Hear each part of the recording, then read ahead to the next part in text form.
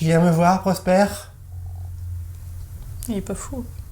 I'm looking for a place where the dogs don't bite, children don't cry, and everything always goes just right, and brothers don't fight. Alors, papy.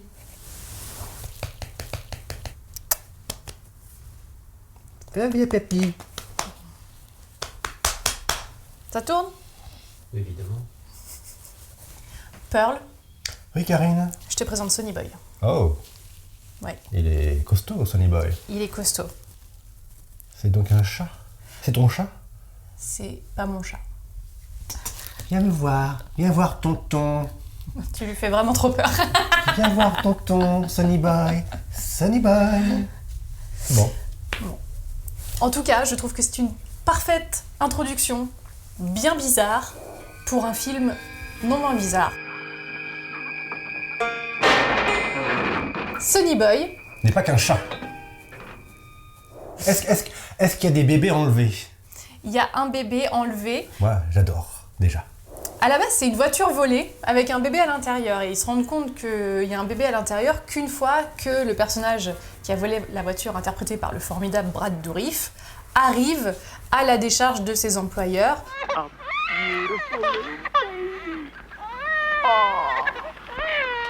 little baby.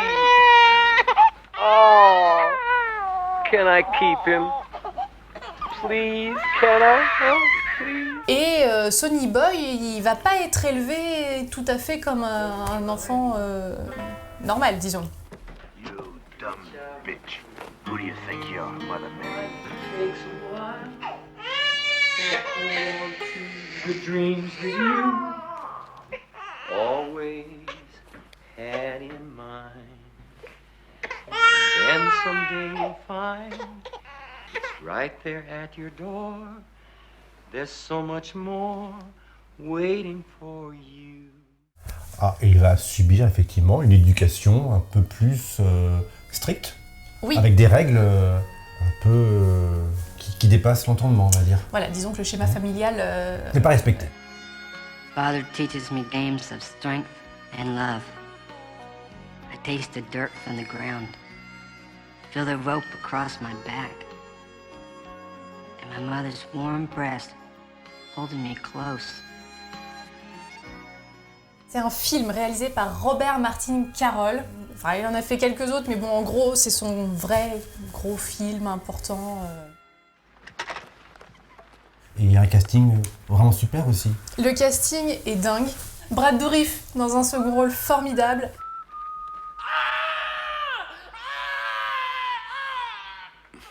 David Carradine, comme on l'a jamais vu, là vraiment, on peut le dire. Hein. Donc souvenez-vous de la série Kung Fu pour ceux qui ne connaissent pas encore David Carradine. David Carradine qu'on aura revu après chez Tarantino. Oui, bien sûr. Une filmographie tellement pleine, tellement folle, tellement incroyable. Voilà, pour ceux qui ne connaissent pas, amusez-vous. Commencez oui, par oui. Sonny Boy. Commencez par Sonny Boy, vous ne serez pas déçus, il porte très bien la robe et le rouge à lèvres. Et il chante. Parce que David Carradine, c'est pas qu'un acteur, c'est un chanteur. Et dans le film, il chante trop bien. J'adore la chanson. Et d'ailleurs, c'est Maybe lui, It et Ain't. c'est lui qui a écrit la chanson. C'est lui qui a écrit la chanson, c'est lui qui la joue en direct, voilà, prise de son direct dans une scène. Paul L. Smith, qui Paul nous L. a Smith. terrifiés. Dans Midnight Express. Oui. Oh my. Does it work?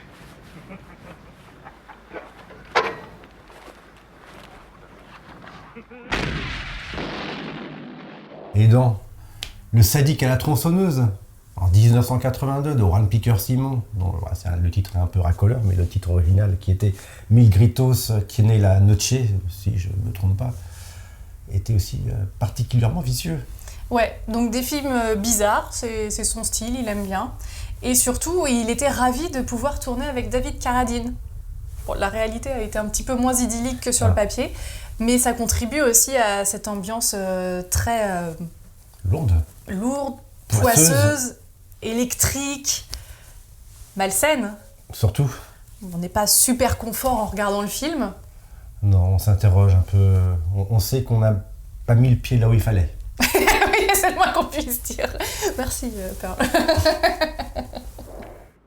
Et finalement, le seul acteur qui n'est pas connu, c'est Sonny Boy. Oui, d'ailleurs, on n'a pas forcément entendu parler de lui par la suite. Non, mais il est formidable, un rôle quasi muet. Tout transparaît par son regard, son attitude, comment interpréter un monstre déshumanisé qui a subi les pires atrocités, sévices de la part de sa famille adoptive, forcée.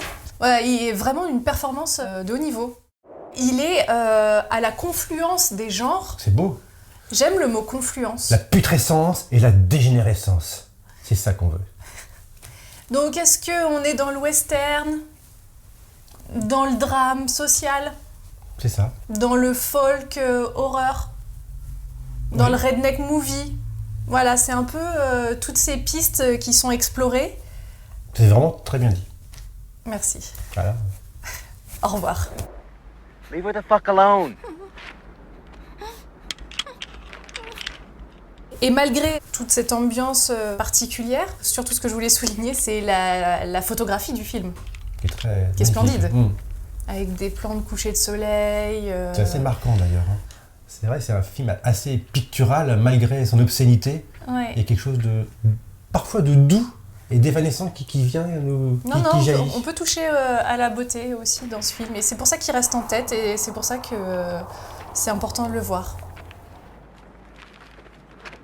On vous invite à regarder ce film qui est vraiment pas très connu. Il n'a pas connu une exploitation vidéo folle en France. Non, je crois que c'était un peu une carrière météorite en France et après il a disparu pendant bien trop longtemps. De nombreuses années. Donc là, il ressort dans une super copie. On a la version non censurée. Longue, mais non censurée. La langue intégrale. La langue La intégrale. version langue intégrale, vous comprendrez pourquoi. Un jeu de mots.